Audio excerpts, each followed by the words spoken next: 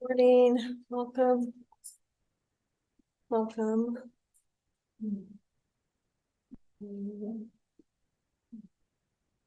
So here we are. We did it during the holidays even. We came together in the midst of all the busyness and everything. It's beautiful. Barb and I were talking, well, maybe even Jan remembers that in the early days when we were walking through snow to school. No,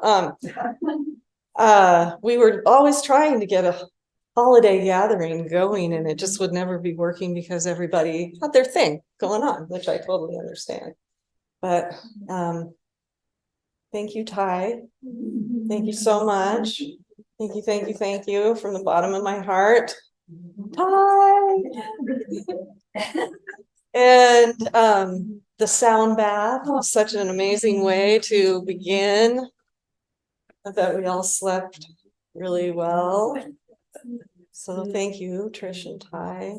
It's always such a remarkable experience. On the way back up the hill, Sharon was saying, it wasn't winter, it wasn't solstice, it wasn't anything but being.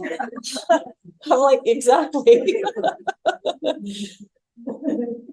Present moment, best moment, sound bath moment. Yeah, so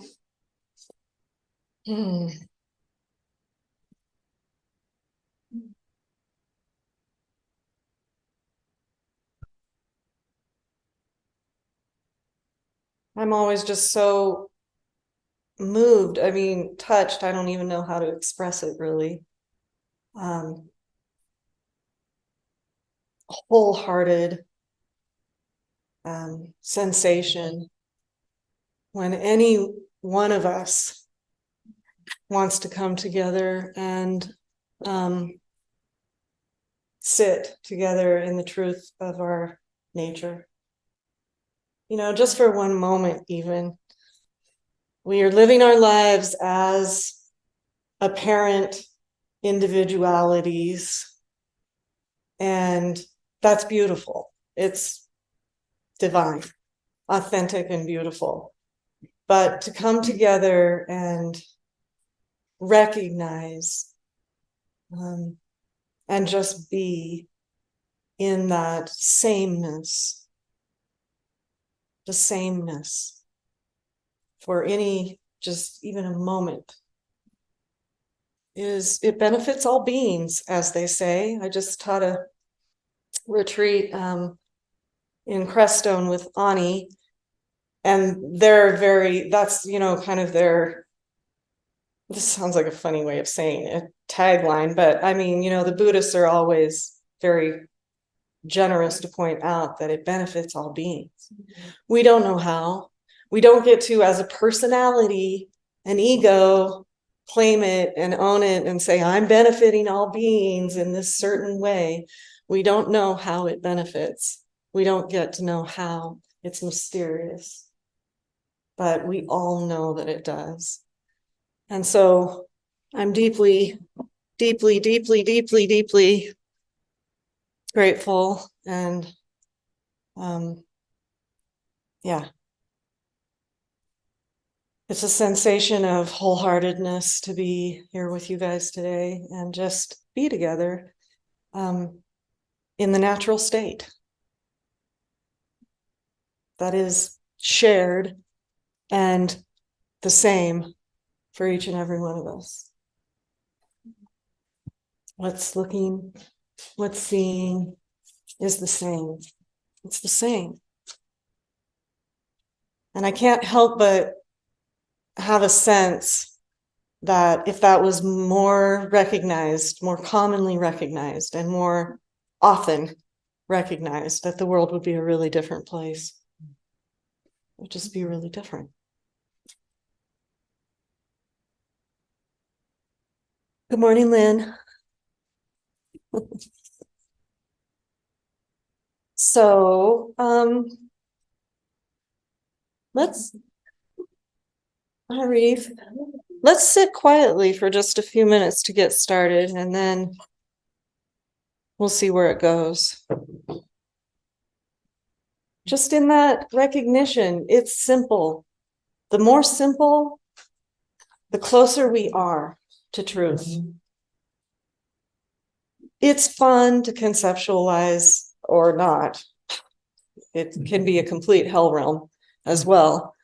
But to find a variety of, diverse paths that are relevant and vital to one's current unfolding, I get that. Whatever that might be in this moment for you, maybe you're off on a mantra path, or something is feeling really exciting and relevant in a different way to you, in a different,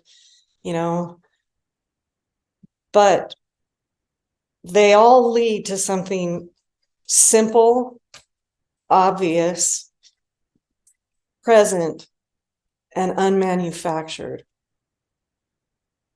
that is just simply true throughout all situations, circumstances, expressions.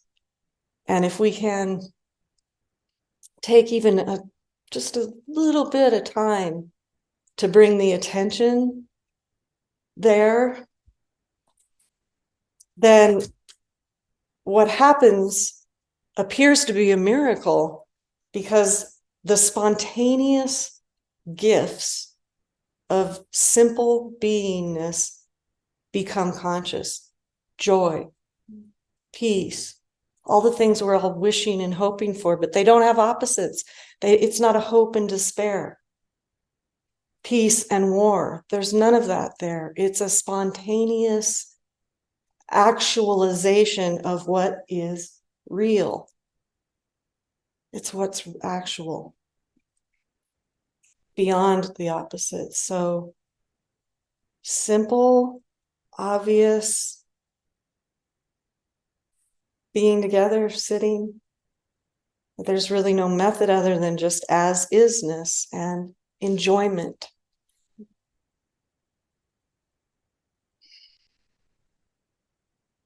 And then we have the invitation from our own true nature, our shared true nature, to become as the dynamic silent ground, the luminous dark from which all of this, everything springs forward.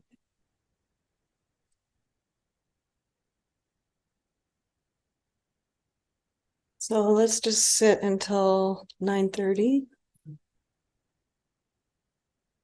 could have your eyes open, gazing at this beautiful altar. Whatever works, but let's just enjoy this moment of recognizing what's actually here.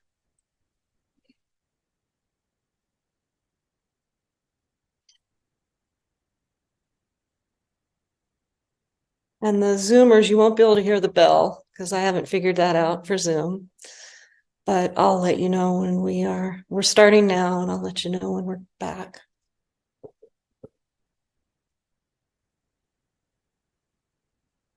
You all know how in love I am with Thich Nhat Hanh, and he's really quite a guide for me here. Thich Nhat Hanh. A flower does not have to do anything to be of service. It only has to be a flower. That is enough. A human being, a true human being, is enough to make the whole world rejoice.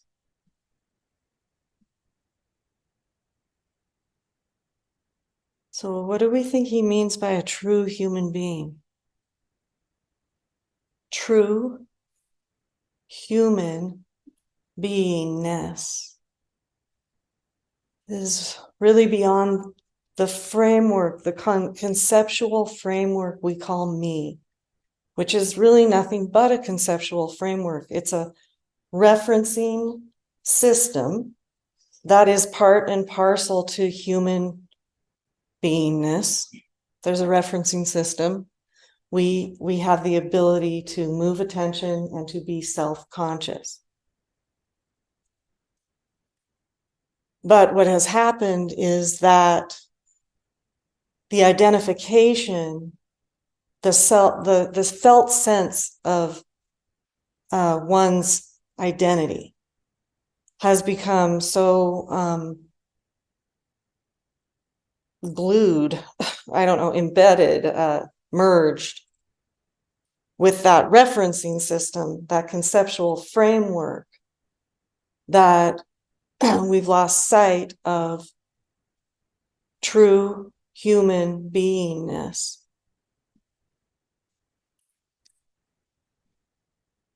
I think part of it is because we live in a sensory vehicle. Sensory. And we've become very conditioned. It's not a bad thing. It's just to recognize what is.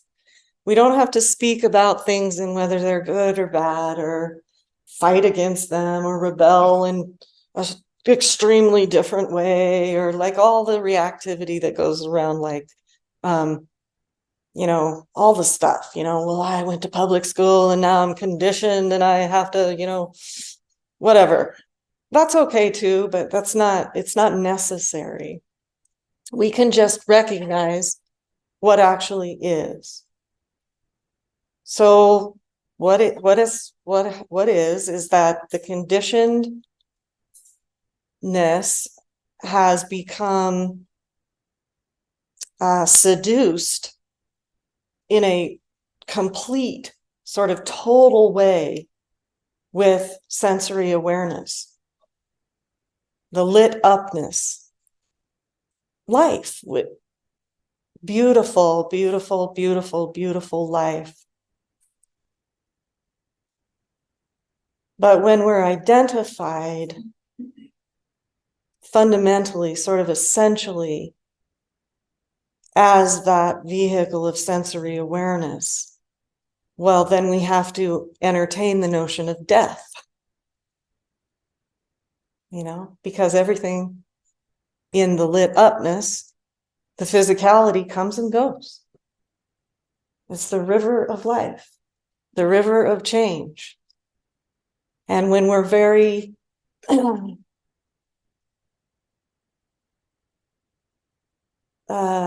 when there's a belief, that's me, that's really the root of suffering. It's the root of suffering, because all of the trust, all of the faith, all of the belief, attention, everything that we can, you know, that is part of our format here, you know, our humanness, is given away to something that is ever changing by nature. By nature.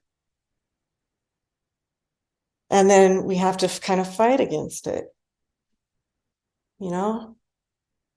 And that's the struggle. That's the struggle. And then the pointers, you know, of all the masters, be as is. Well, you know, how can I be? It's a valid question.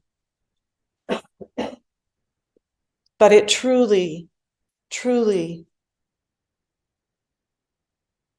absolutely, look, we all can look at this for ourselves, is a matter of identifying with separateness. Every other situation that all other suffering comes from that root, and no matter how it expresses and in whatever way it comes. I'm not talking about pain. We're on the planet. There will be pain. I'm talking about suffering. Suffering involves that referencing system. It involves that conditioned, conceptualizing, referencing framework. you know? Otherwise, pain is just pain. We're all wired up to prefer something different. And I get that. But pain and suffering are two very different experiences. And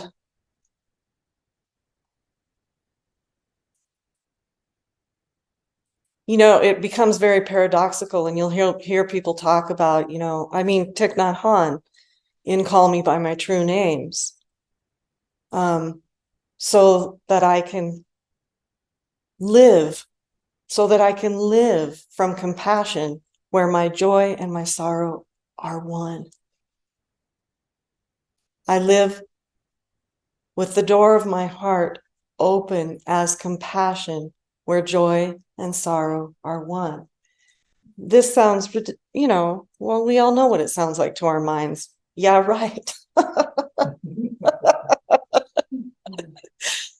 Joy and sorrow are not one. No. Because that will never be an intellectual truth. That will never be an intellectual reality. Can it be a direct experience? Yes. Yes.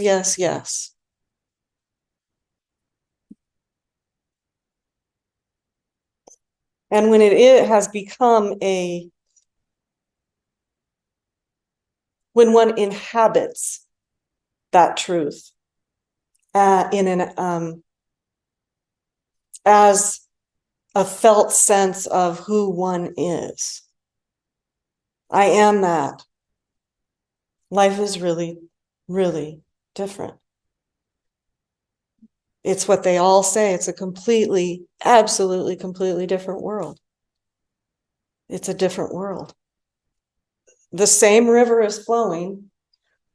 The same levels of human consciousness are involving and informing and all of it. And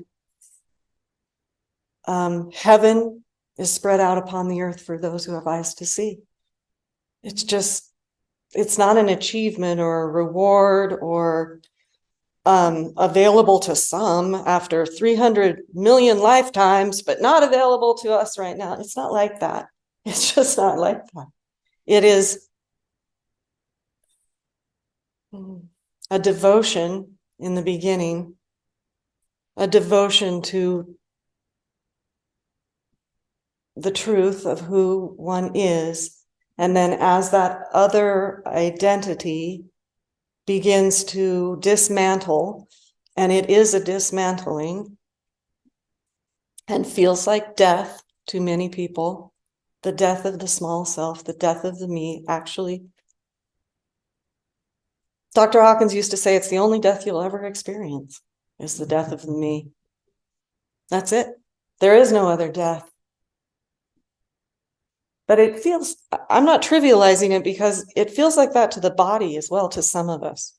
I've talked to some people, and that's not, they had an overwhelming direct experience of the dark, luminous, self-effulgent ground, and boom, the body just like, But for most of us, we can kind of see what's happening with the body, even if we just turn on the news. Because the body of existence is one thing. It's not separate from these individual bodies sitting right here.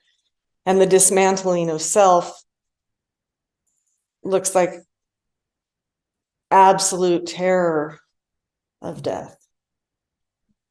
And let's do anything and everything, including making war with the apparent other and whatever it takes to avoid that.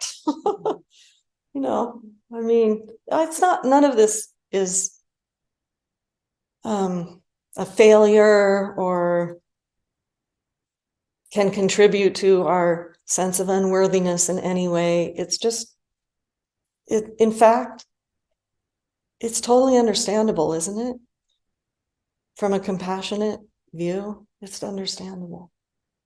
If we are conditioned to believe in a separate me as a fundamental identity that is based on coming and going, the world of war and death and all that stuff makes perfect sense. It makes perfect sense.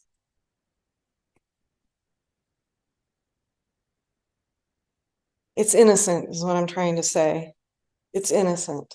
It's deeply innocent.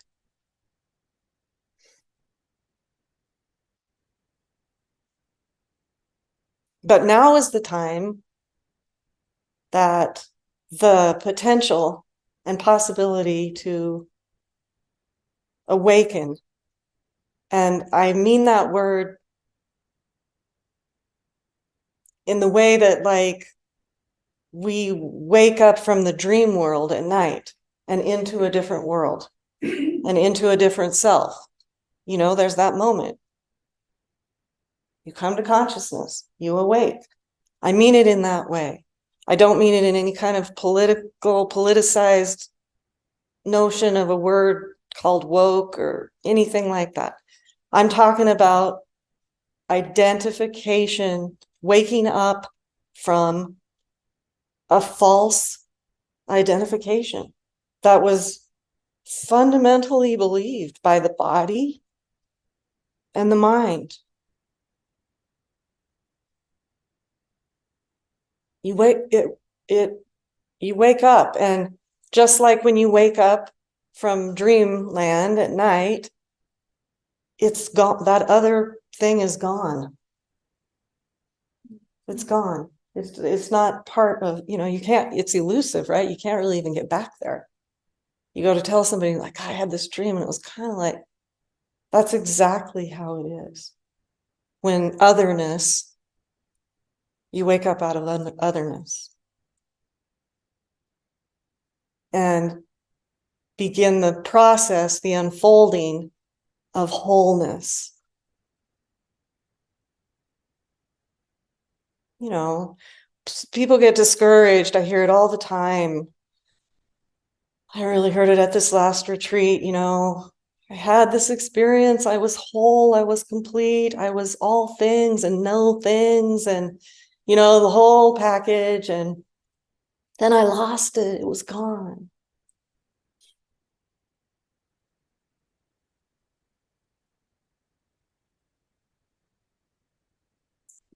Think or remember the expressions all around us. A tree is never the same tree from moment to moment. A flower is never the same flower from moment to moment. We appreciate it in things that we call nature, but we get really frustrated when it's like this nature, this expression of nature. You know, it should just look like a consistent thing that I can bank on. Like, it worked for me in this way, and I got it, and now can it please just maintain, you know? And it's not like that, right? I mean, I know a couple of you guys are raising babies. It's like a moment to moment, like, and that's us as well. But we're looking for the sure bet, you know, because of all of the, you know, what I'm talking about, this conditioned fear of change, because change is somehow fundamental.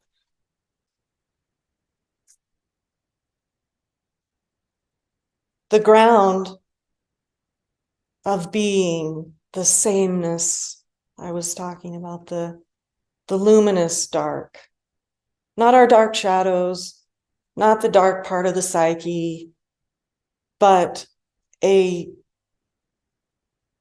luminous, dazzling potentiality that's at the ground of existence, somehow is absolutely timeless and not of time, not of birth and death, and yet inherently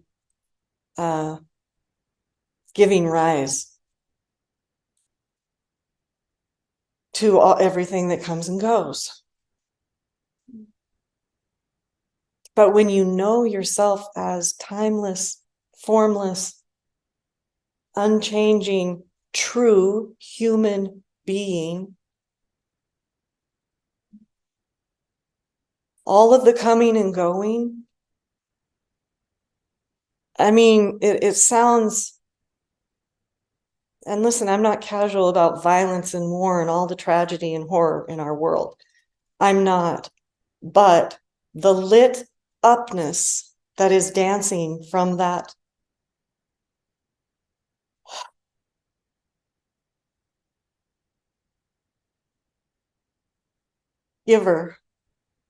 givingness that is never taken for granted ever again. It's a joy. It's a poignant, wholehearted tenderness that is so touching and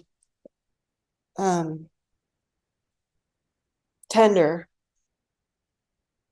in all of its expressions that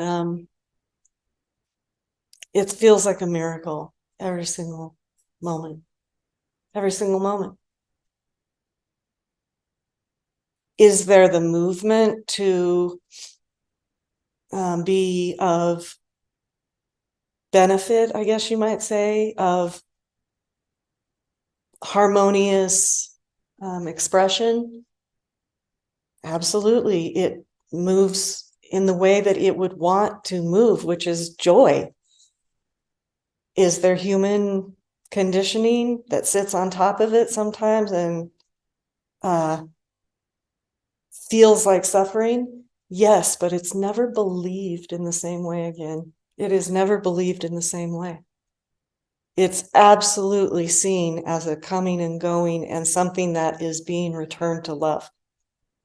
Returned to love, as painful as it might be. So, in other words, there is no defensible area. There just is what is happening. And this responsiveness that sometimes is messed up because of human conditioning. It's not like perfection. But it's not angst and suffering and self-condemnation and all the rest. Because there's no time for that. There's not a lot of time involved. You see how this referencing takes time? Right? I touch this. There's the direct experience of that. It's not named.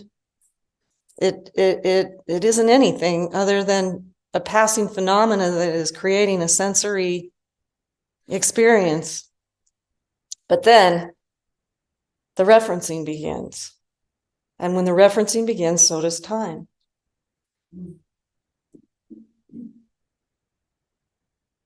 And a lot of the referencing does not serve. We need it for languaging, for communicating. You know, I don't need to go into the story all the way, but I mean, most of you know that here the referencing fell out completely for a period of time, which I think was just because I'm so hard-headed, it had to get the point across in a very like off with her head sort of way. And it was difficult, challenging to navigate, be social, anything, if you can't really understand what anything is anymore. You know, you're just kind of on a park bench going, so yeah, the referencing comes back in, but not,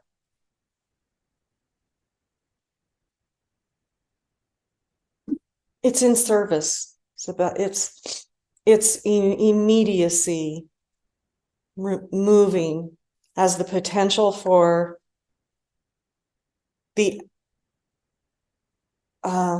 world of grace and uncaused love becoming conscious. Not that that isn't always existing. Here we are by the grace of God. Here we are. Here we are by the grace of God. But to be living, inhabiting that and living it as that which sees itself, knows itself, then it's even kind of less than service, if you understand what I mean. It's the way, like Jai's song, it's the way. It's the way of love. It's the way of grace. It's the way of peace. It's the way of joy without the veil of self-interest. Self-interest.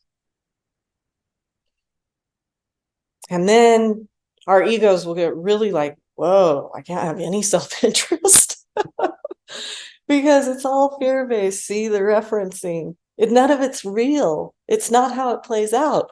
Remember the Thich Nhat Hanh quote, the flower blooms authentically and joyfully. It's just not, it serves in its authenticity rather than its claim to fame. You know?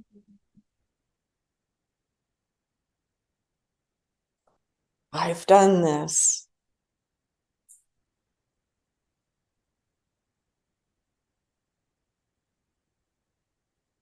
I feel like sometimes until we have that direct experience, those words can sound like fodder for the superego. And I sure don't want to initiate that. You know, because that superego can really grab onto just any little crumb to enhance the core concept of unworthy, isolated separateness. Give me a crumb and I can blow it up into, you miserable, whatever.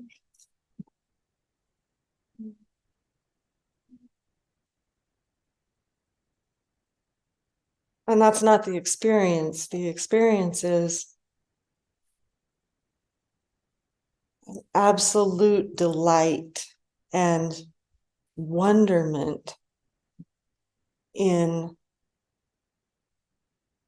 this world of light coming from this absolutely never changing. I say darkness, but I mean, those of you who have directly experienced it, it's lustrous.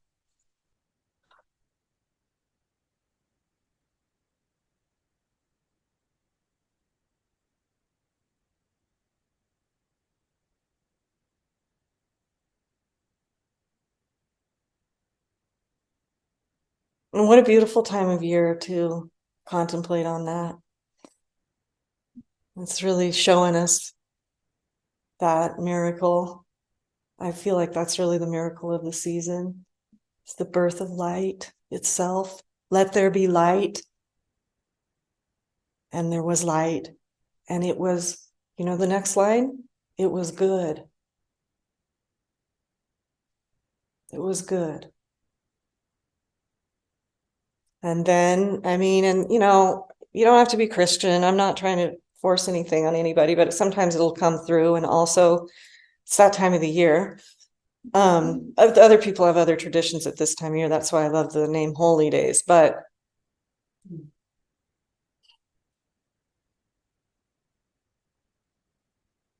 then the human ate of the tree of good and evil. It ate of the tree of two powers instead of power, singular, whole, unified, undividedness. It ate division.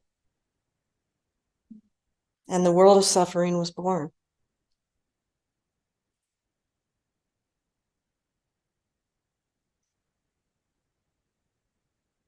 It's the only sin mistake. It's the only one.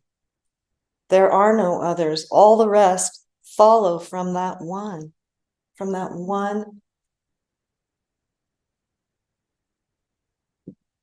metabolizing, digesting, eating of the belief in two and opposites and all the rest.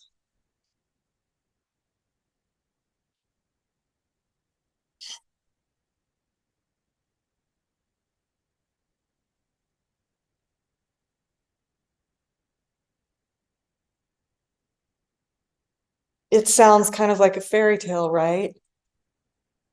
Goodness is, peacefulness is, lovingness is, compassion is. These are the rock, the fundament, the essence. They are. It is that. We are that. The rest is a very, very, very, very convincing illusion of separate beingness that is at war with itself.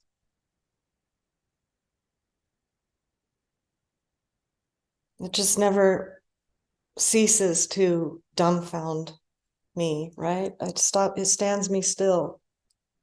It's one belief, one movement. We're at rest, at home, in recognition of that. And then something tips it, and the defenses and the referencing and all of it comes into play just that fast, just so quickly. This is why we practice presence and cultivate it through whatever means, staring into our baby's eyes, whatever means we have available to us, we cultivate presence. So that when the really big wave, it's all water, it's all the ocean, there's no separation, but the really big wave comes of us and them and all the rest, there's a steadfastness, a fortitude, a capacity to remain as presence. And your heart goes out, and some things are obviously more preferable than others, and I mean all the rest, but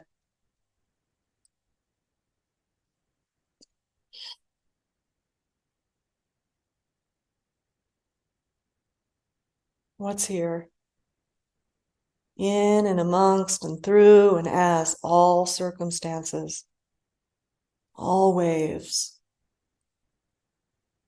And then somehow, and we don't, I mean, who knows, maybe you'll be the one to grok the entire thing, but we don't get to really know how. It's a mystery. It's called a mystery. The mystery begins to become conscious of itself. The sun wakes up as the ray.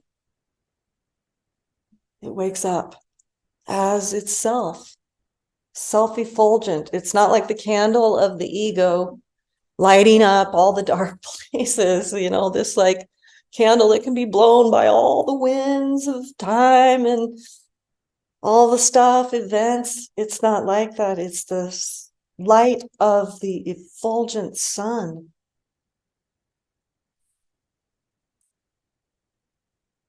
The curtains are open,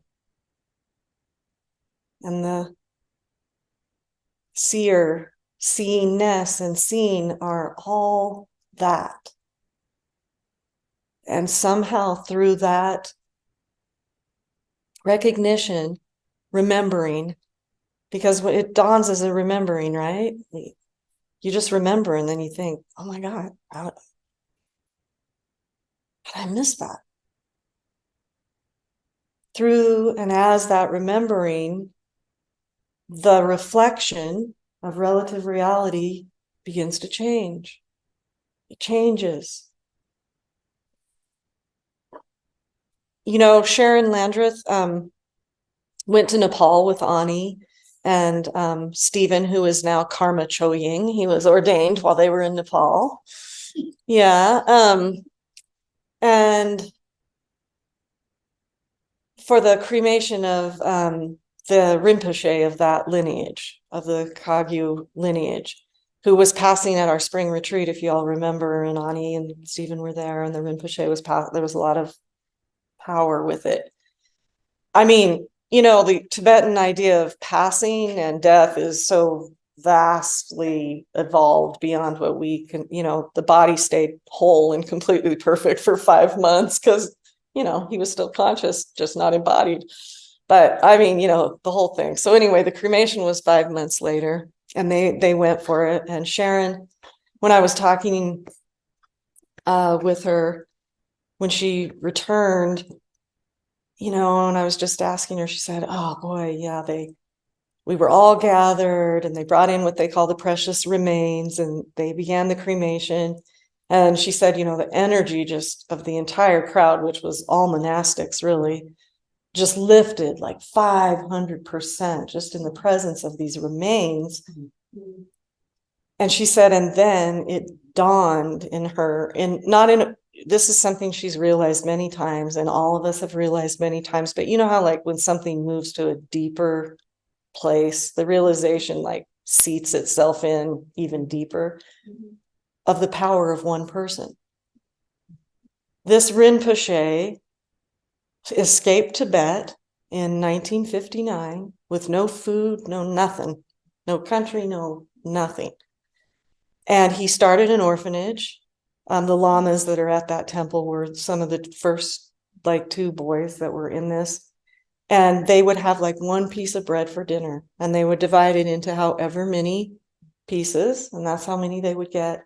And then here was this lineage that has supported the devotion to what we're all talking about here today, our sameness, our true nature, true human beingness.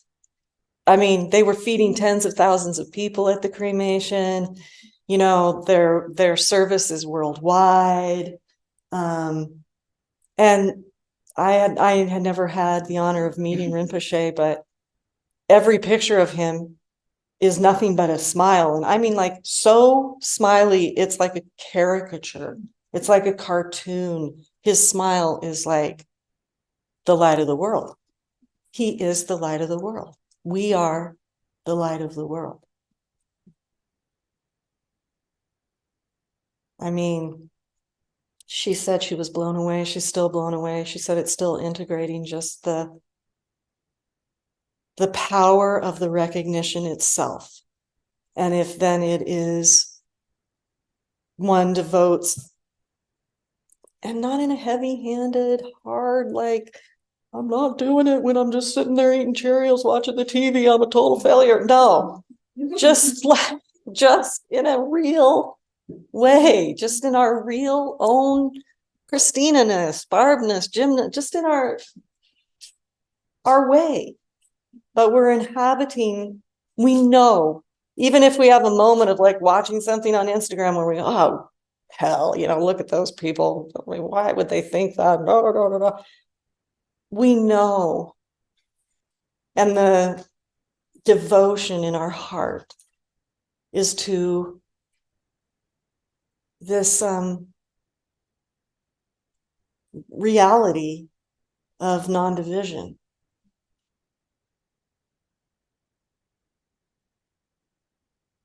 We just don't believe it anymore. That's the beginning.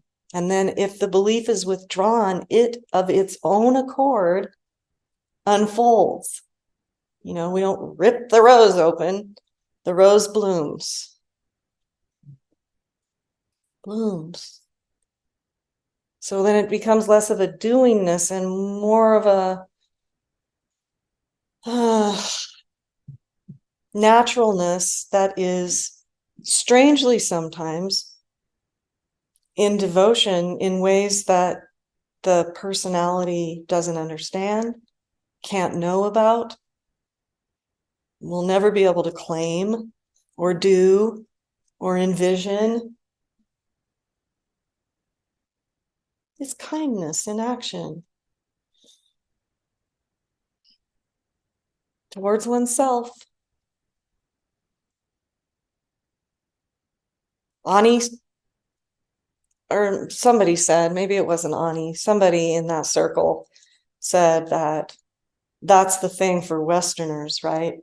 That's why we have to begin with the kindness towards one's own meanness. You have to begin there rather than like blowing it up like the Tibetan, just like emptiness, emptiness, emptiness, you know? I mean, emptiness is the ground, but the super ego of the Western mind is so entrenched that it has to, like, the kindness has to start, because for some unknown reason we just don't do that very well, you know. Kindness and gentleness are the beginning place, you know. Is it kind? Are these thoughts about myself or, you know, my ability, you know, whatever it is, are they kind? Emptiness will come. It will dawn. Emptiness will dawn.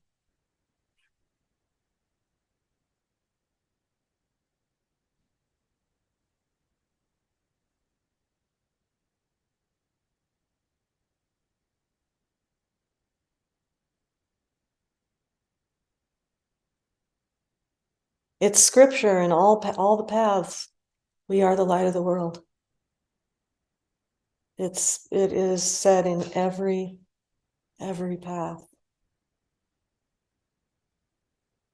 from, you know, indigenous to the story of Jesus Christ and everything in between, all the, you know, Buddhism, you know, the lamps.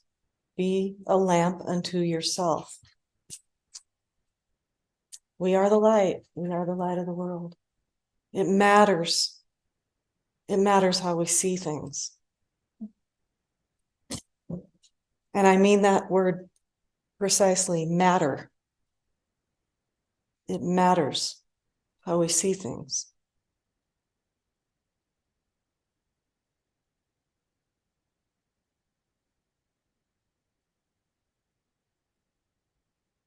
So in the end, really, I mean, it is just, there's a lot to it. The facing of death and all the fears that come with the dismantling of a personhood.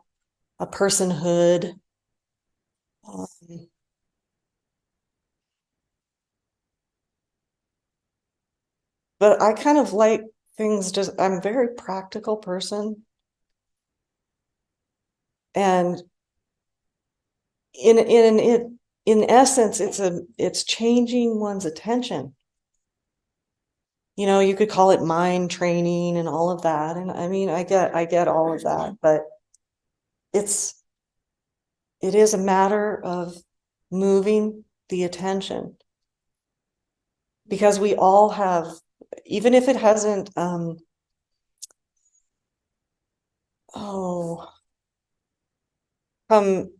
completely forward as the context of everything, we all know our ground. We all know the clear light of awareness.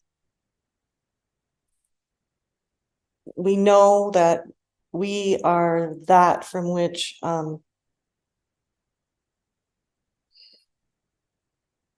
life is born. We know it cellularly, we know it. And we know it in moments where we're stood still. We're stood still. Thought stops. We're stood still by something, by beauty mostly, because this is the beauty way. Life is beauty. We know it. Then it's a matter of attention. I mean, it was a radical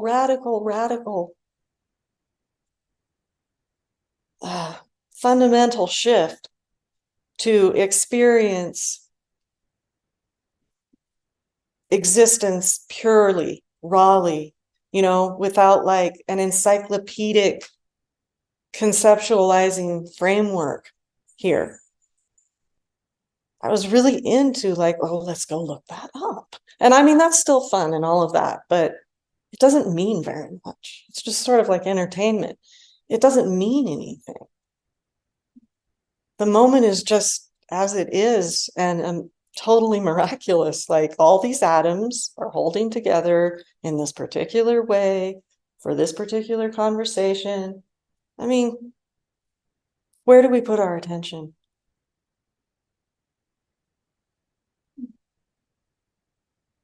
It's so powerful. So powerful. It is so transformational. Transformational.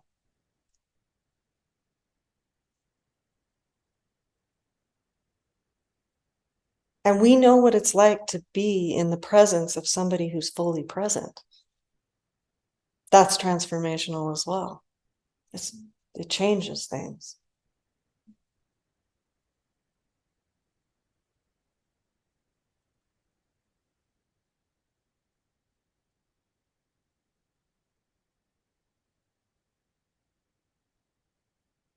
Let's just read this one more time and then we'll take a break.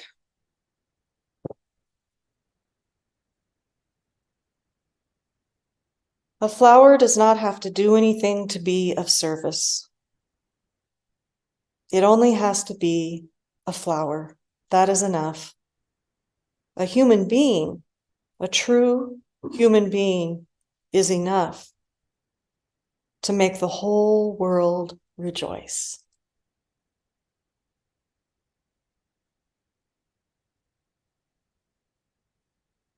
It is about joy, right? That is the beauty of this time of year, watching the light dance out of the dark. Our granddaughter had to sing Joy to the World. She was loving to sing Joy to the World at her Christmas program. She said, Joy to the world, joy to the world, joy to, and she would just go around the house, you know, and it was just like, oh man.